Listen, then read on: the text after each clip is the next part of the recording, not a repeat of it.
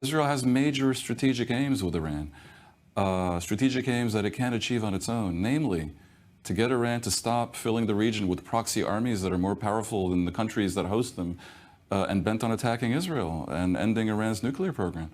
It would be really good to get the Americans to assist in achieving those goals, and the benefit would primarily accrue to the people of Iran, who have been oppressed by this terrible regime for 45 years.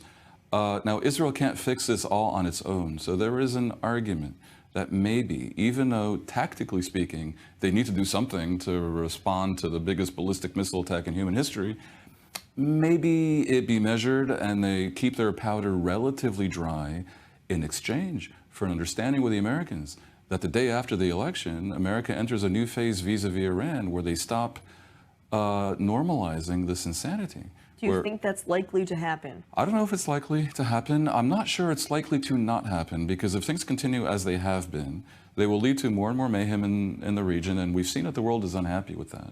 And Iran will eventually get a nuclear weapon, and the world is directly threatened by that.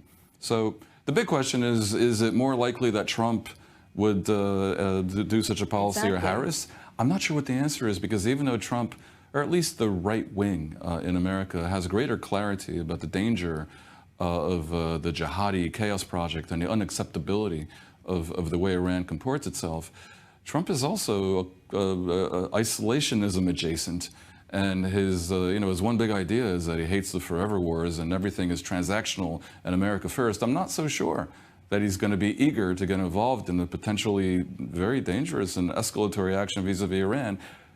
That type of neocon attitude actually most exists these days in the moderate wing of the Democratic Party headed by Biden. I don't know if Harris is in the same place, so it's complicated. But what I'm saying is there is a real account to be settled with Iran. It's not just Israel. Israel's on the vanguard of a global coalition of like-minded moderate countries, the entire West basically, or that part of the West that knows what it's looking at when it's looking at Iran, and the moderate Arab world. And so we really desperately need a strategic and focused government in Israel that doesn't have reveries about reoccupying and resettling Gaza, and instead keeps its eye on the prize, which is having Israel be in the center of a global alliance, a Western and Sunni Arab alliance, arrayed against Iran to fix this problem that needs fixing desperately. And if we put the focus elsewhere, we risk having the world's focus be elsewhere, for example, on Gaza forevermore, and Iran will go nuclear.